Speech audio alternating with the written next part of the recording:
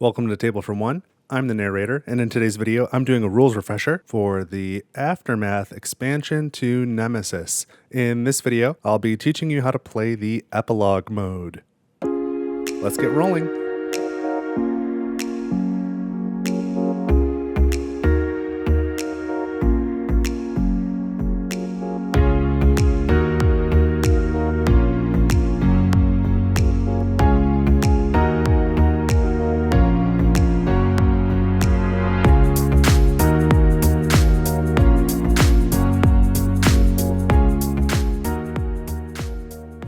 Alright, so I have set up the end of a fictional game of Nemesis. I did not actually play this through, but let's pretend this is the end of a game, and I am going to tell you how to now play the Epilogue Mode introduced in the Aftermath expansion. So in order to play the Epilogue Mode, you need to have first completed a game of Nemesis. So again, I did not actually play, I just kind of set this up. I used my imagination and pretended, I have a little story of how this went at the end, but I imagined this was either a two-player game or a solo game played two-handed. Not that that's super relevant, but that's where we're at. So let's say this is the end of the game. So you see we've got some malfunction markers, there's some fire, we've got some enemies on the map, some of these intruders are still out, some rooms are explored and some are not. We've got a broken door here and a closed door here. The starting character corpse is there. We've got an escape pod here. One is missing from section B here, and the time track is here on the number 2. So that's sort of the state of things. So in this video, I'm going to tell you first, I'm going to explain how to, when you're done with a game of Nemesis, how to play the Epilogue Mode, if that's something you can do, and I'll talk about that as well. There's some criteria. So I'll kind of go through that whole setup step, which is kind of a lot, and then I will tell you afterwards how to play the Epilogue Mode, what that entails. So again, let's say this was a 2-character game of Nemesis, and we'll just say that I used the captain and the pilot, just for the sake of picking a couple characters. So if you want to play the Epilogue Mode, there's some criteria. The criteria does not involve any of the characters either surviving or winning whatever their objectives were. So all the characters can die or can not complete their objectives or both, and you can still play Epilogue Mode, that's fine. But what is required is the ship has to survive. The ship cannot explode. So if the ship explodes, if that's how the game ends, or if it's revealed that the ship explodes during the end game check, then Epilogue Mode is simply not available. So quick refresher, if the game ends for any reason and the self-destruct sequence is on, then you just assume that after the game ends, this continues to tick down, the ship explodes. So that would disqualify you from playing Epilogue Mode. If the game ends because there was too many fire tokens or too many malfunction markers, meaning that you needed to place one and there were no more to place because they are piece limited, in either of those cases, that represents the ship exploding. And so there is no more ship, you cannot play Epilogue Mode. And finally, during the endgame check, the victory check, you have to flip over all the engine tiles, and if 2 or more are damaged, again, the ship explodes. So we'll check these here. We have engine 1 is damaged. Oh no, engine 2 is working. And engine 3 is working. So the ship has survived. There's only 2 fire markers, 1, 2, 3 malfunctions. So the ship has survived in this case. Now, also during the normal course of events of the end game victory condition check, you would flip over this coordinate card and find out where the ship is going. So in this case, we're going to location B, which is Mars on this card. So it's possible that, maybe a character was in the hibernatorium, and if their endgame objective was not to go to Mars, then they're going to lose the game. But the ship does not explode by going to the wrong place. The ship survives. So you do not need to worry about where the ship is going so long as it survives. Then you can play the Epilogue Mode. So now that we have checked and we've made sure that we can, in fact, play the Epilogue Mode, let's start to set it up. So during the course of playing the game, you of course did some bag development. So this is the intruder bag, and there's a bunch of tokens in here as we've developed it throughout the course of play. So any intruders that are on the map at this point, we've got the queen is here in the nest, and we've got a breeder here in the hibernatorium. So that's an interesting end to that game. But whatever intruders you've just taken off the board, you take their corresponding tokens and you put them back in the bag. So they are still on the ship somewhere, but we no longer know where they are. Now, while we're doing this, the rulebook states that if you're playing a 2 or 3 player game, also into the bag, you add 1 larva token and 2 adult tokens. If you are playing a 4 player game, you double this, so 2 larva and 4 adults. If you're playing a 5 player game, you triple it, 3 larva and 6 adults. There is no set of instructions for if you are playing solo. Epilogue Mode doesn't feel very solo friendly, but personally, I would say if I was playing it like true solo, just 1 character, I would do 1 larva and 1 adult. But we said we're doing 2, so we'll do 1 larva and 2 adult tokens. Those get added to the bag as well, so there's a little bit more in there now. The next thing you do is you remove all the fire tokens, so all the fires extinguish. This is like, a period of time after the game has ended, that the ship is still surviving and it's traveling through space. So again, the intruders, they survive, they go somewhere on the ship, we don't know where. The fires eventually put themselves out and all the noise tokens go away. So we'll remove all of these, including the technical corridors if there's noise there. Whoops.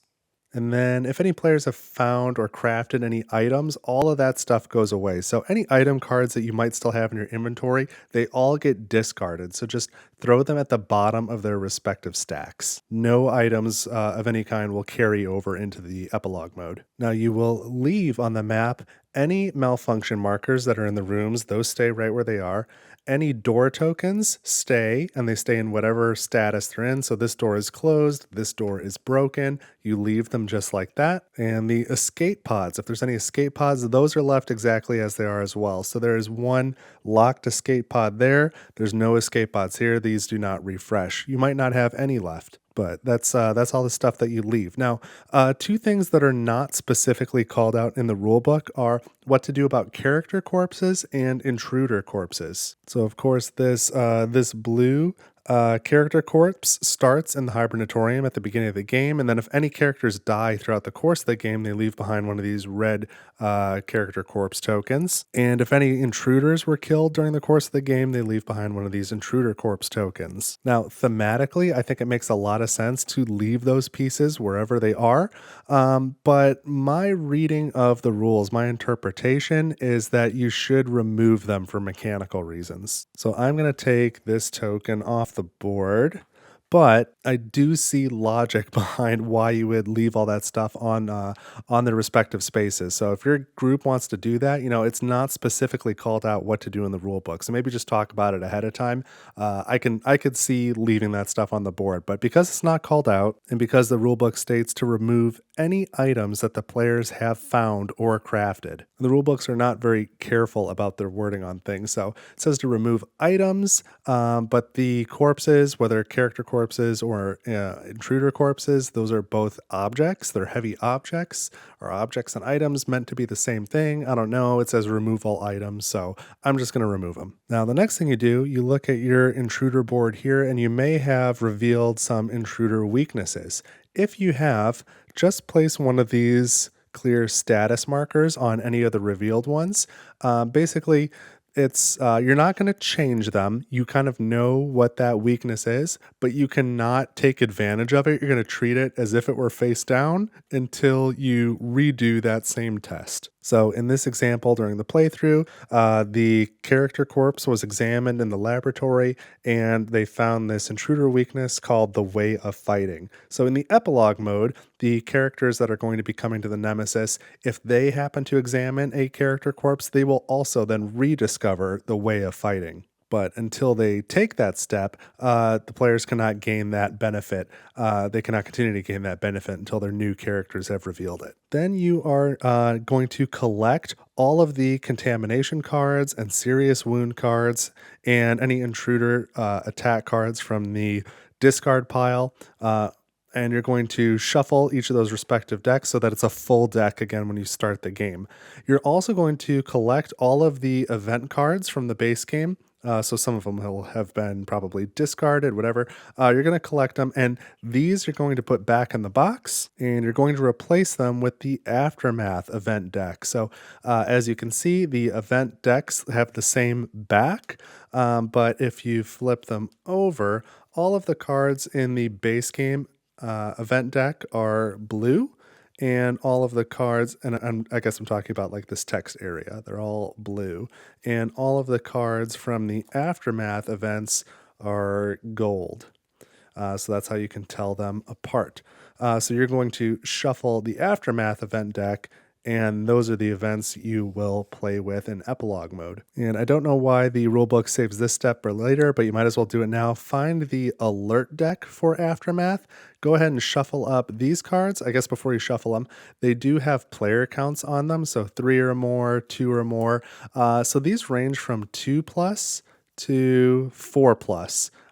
So again, there's nothing here that really states that true solo is supported. So you can kind of handle that the way you want to. If it were me, I'd probably just play, I don't know, I guess I'd have to go through these. I'd probably play with just the 2+. And yeah, looking at these, that kind of makes sense. But I will admit that it'll be difficult with only one character. It's not really designed for that. But here's the alert deck anyway, and you just shuffle it and you'll place it along with these other decks of cards. Then you will take the coordinate card and you will put it back in its respective deck and shuffle that deck up and draw a new coordinate card, just like you would at the beginning of setting up a normal game of Nemesis. Take one at random, place it, and go ahead and set the coordinates, I would say, to B. And I say that just because the instructions say to set it up the same way you would the base game. Also, while you're doing that, you're going to take the engine tokens and shuffle them up. So I'm not going to really shuffle them right now, but you understand how to shuffle these engine tokens so that you don't know if each of the engines are working or damaged again. The next step is to reveal all of the unexplored tiles, and these are going to have exploration tokens on them. So we're going to flip this one over. So we've got an airlock control here. The exploration token, you always ignore the effect in this step, but you set the inventory. So this says 1, so that's on the right spot. We'll flip this one over. This is slime. And this is the room covered in slime. That's pretty funny. So this would normally be 4 inventory, but there's no inventory in that room. Then we have surgery, and this is going to have 1 item in it. So it has a malfunction marker, but again, we're ignoring the effect. The next one, fire marker, 1 item in the room. That is the generator. And this last one, 3 items in the room. This is storage, so that makes sense.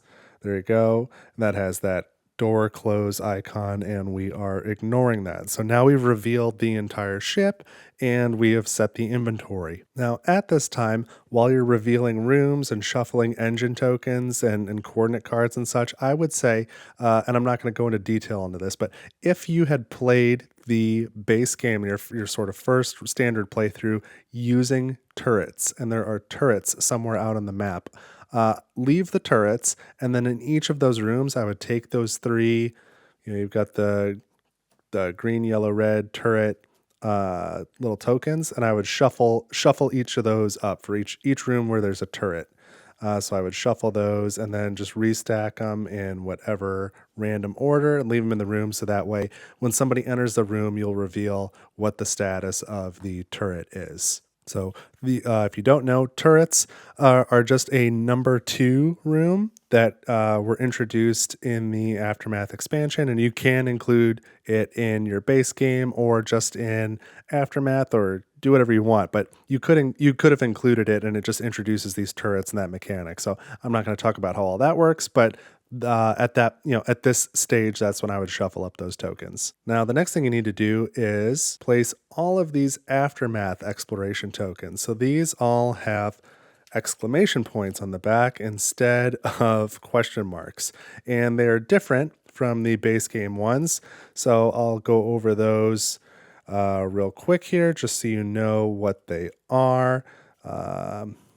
There we go. I think that's all of them. Oop, no, missing one. There it is.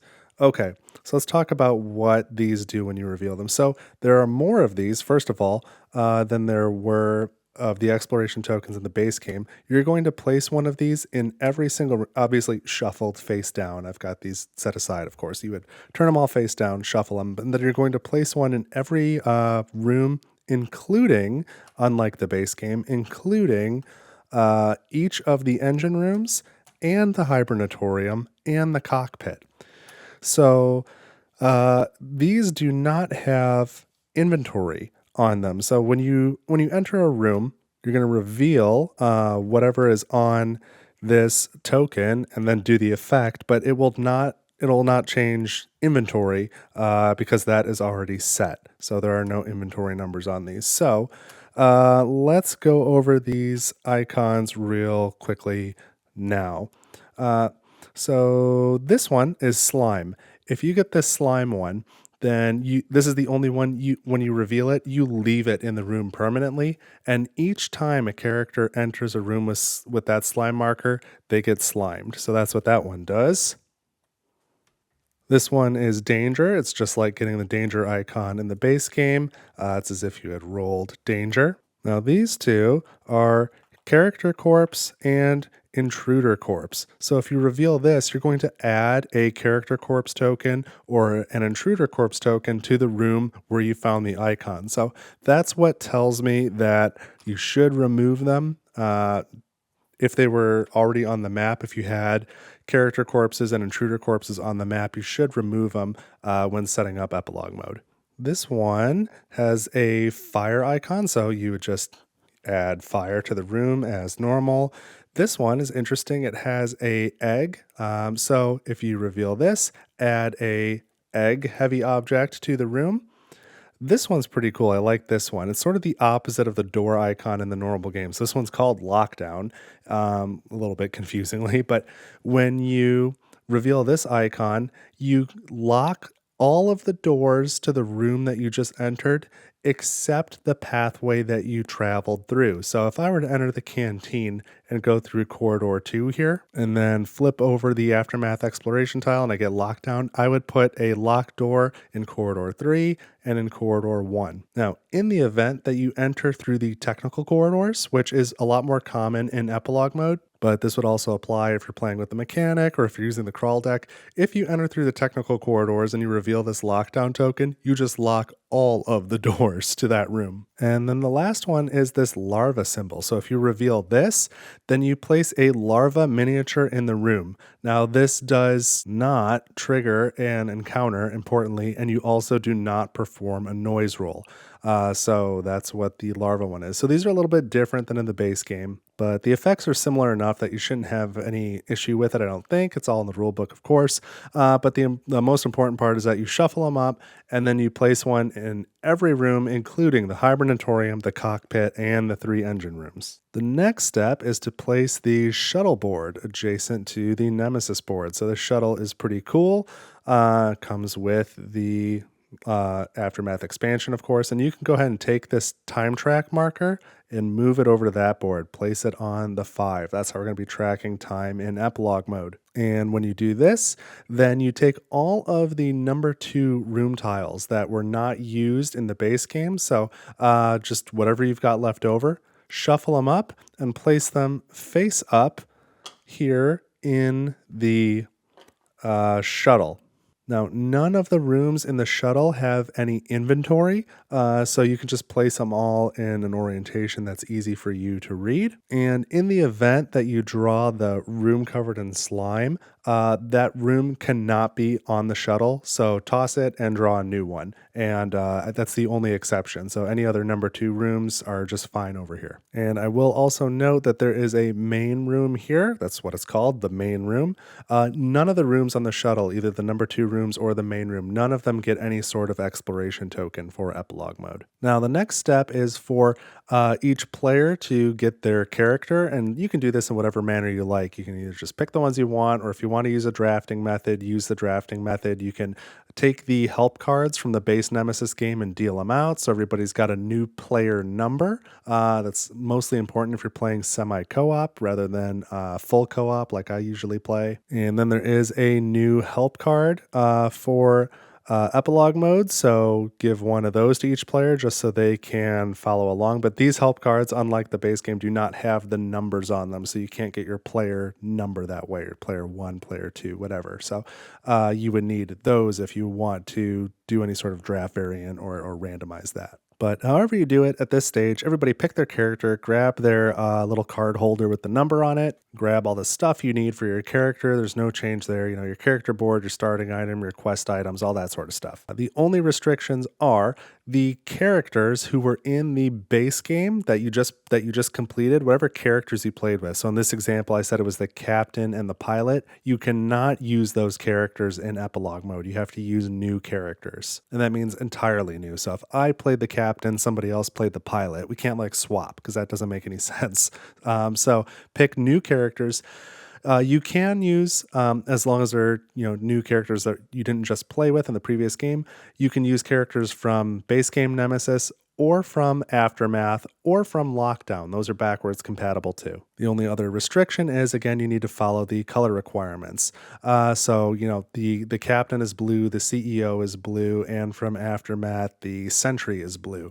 So there can only be one blue unit per game. So let's just say that I have chosen the CEO and the android for this epilogue mode. So all players take their mini, you put the little ring on it, and they all start in the main room of the shuttle. Next, you're going to grab this deck of personal requirements. And again, these are going to have notation on it for how many players in the game. So 2 plus, 3 plus, 4 plus, and 5 plus. There are no 1 pluses in that deck. So again, doesn't really seem like solo is supported, but you're going to shuffle this up and deal 1 to each player. And that is it. That is their personal requirement card for epilogue mode. So each player gets 1 random personal requirement. And then there is 1 lucrative offer card, which I will talk about how that works when I talk about how to play the game. But interestingly, this is the only one that says 1 plus. So while there's no solo rules specifically called out in the instructions that I noticed, this seems to say that if you're going to play solo, this is the only offer that you should include. But again, none of the alerts seem to match that. So I don't know that makes sense. But whatever. The point is, the lucrative offer is in the game, and just set that nearby all the other cards. A player can potentially grab that at some point. And that is it for setup. So at this point, again, assuming you have your sort of character stuff in front of you, I skipped some of that, but assuming you've done all that, you are now set up and ready to play epilogue mode. And with a little luck, epilogue mode will last longer than that reset up process does. So let's talk now about how to actually play epilogue mode once you're set up and ready. So we've got the shuttle. Let's start with the shuttle. I think it's super cool. So we've got these corridors on the shuttle, so you can move, between these rooms from the main room. The shuttle and the Nemesis are docked together, and they are considered to be one ship for all purposes of the game. Now, if you take a look at the technical corridors on the shuttle, the arrows are really important here. So when you are in the main room, this technical corridor has arrows pointing out. You always have the option to take a basic move action to move through these technical corridors in the main room and exit in any technical corridor connected room on the map of the main Nemesis board. Now, I will point out that this shuttle board is single-sided, not double-sided, and it only has these red technical corridors. So in this instance, if you are playing on the alternate side of the Nemesis board that has 2 sets of technical corridors, both red and blue, I would say it doesn't matter if it's red or if it's blue, it connects to the technical corridors here on the shuttle. And that's a little bit wonky, but I think that makes the most sense. But we've got the regular side set up here. So either of these characters could take a basic move action to leave the main room on the shuttle and exit in any room that's attached to a technical corridor here on the Nemesis. Likewise, if you are on the Nemesis main board and you are in a room with a technical corridor entrance, you may take a basic move action to move through the corridors and exit into any of these 3 rooms on the shuttle. So any of these number 2 rooms. That's why they've got the arrows going in. So from technical corridors, you can go to any of these rooms on the shuttle, and from the main room on the shuttle, you can go to any Nemesis room with technical corridors. So I think that's pretty interesting. But also, I think it means you're going to have more noise in the technical corridors in general over the course of your turns. So that's just something to be aware of. Now, what are you doing as you're going between the shuttle and the Nemesis here? Your main goal over the course of Epilogue Mode is to sort of investigate what the heck happened on the Nemesis. And to do that, you must, by the end of these 5 rounds, because this is the time tracker, so you've only got 5 rounds. It's a third the length of the regular game at most. By the end of the game, you must have revealed every single one of these exploration tokens on the Nemesis. Now, the one carve out is if you are playing a 2-player game, you may leave up to 3 exploration tokens on the Nemesis. If you're playing a true solo game, it doesn't tell you what to do, but you might bump that number up to 4 or 5. You figure it out before you start playing. But the rules say 2-player game, you can leave up to 3 of these unexplored.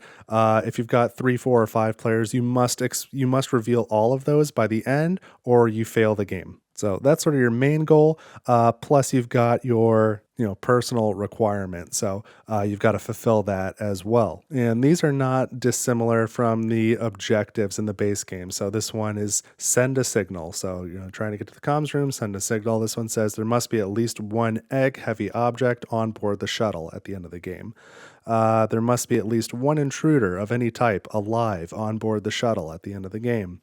You must have at least 1 crafted item. So you can kind of go through here, figure out whatever. But in addition to everyone needing to reveal all of these exploration tokens, you also need to complete your personal objective. And some of them are in the semi-co-op vein of the base games. Like this one says, at least 1 other character cannot survive. And that's for a 5-player game. It says 5+, but only 5 players are supported. But that same goal exists in 3+, so a couple people might have that same goal. So some of them are like, I don't think there's anything that's there's nothing that specifically targets another character. Like player number 3 cannot survive. But anyway, that's what you're doing. You've got your personal objective and you're trying to reveal all the tokens. Now, there is one lucrative offer, and at any time, a player can choose to take this, and if they do, they must immediately discard their personal objective. So then this is their objective. So then everyone will know that you've done it, and it can only be, there's only one lucrative offer, so only one person can do that. The lucrative offer is send the signal and escape in an escape pod with an intruder egg. So you can do that, and then if you take the lucrative offer and you succeed, it doesn't really matter what happens after that. If all the tokens aren't revealed, like, too bad, you still survive. So that's what the lucrative offer is. That's out on the table. And then the other big thing we need to talk about is the alert cards. So at the beginning of the game, you're going to reveal the top alert card. And again, these, I don't remember if I mentioned it, but these are sorted by number of players. So make sure this one is 4+. If you're playing a 2-player game, you shouldn't have one in the deck. But these are going to come in 2 different formats. So they'll either have one thing to do on it. So this one's called Scrambled Eggs for 1 billion. This says take 2 intruder eggs to the main room, which again is this room. So if you reveal that one at the beginning of the game, you have 2 full turns to get that done.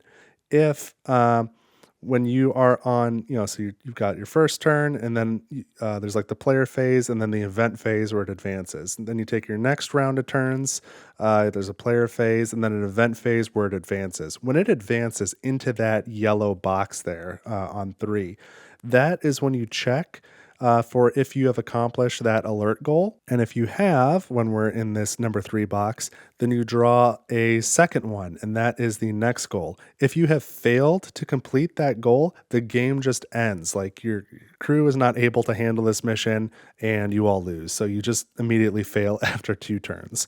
Now, if you succeeded, you draw a new one at that point, and you're going to have 2 more turns. And when you get to this next yellow box on 1, you must have completed the second one, or again, it's an immediate failure. And so there are 2 alerts per game. When you're on the number 1 spot, you don't draw a third one. You just need to get the heck out of there. So 2 alerts per game. So the second format of these alert cards is just 2 things that need to happen, and they must happen in order. So you start at the top. So this one's called Get Fuel. So this one says, first you must perform an activation action, which just has a cost of 1. So, 1, discard 1 card. In the engine room, in the engine 2 room specifically. So perform an activation action in the engine 2 room to place a sample token there. So an activation action is just a new action. It just says go to engine 2 room and basically take an action of 1 card cost to place a sample token there.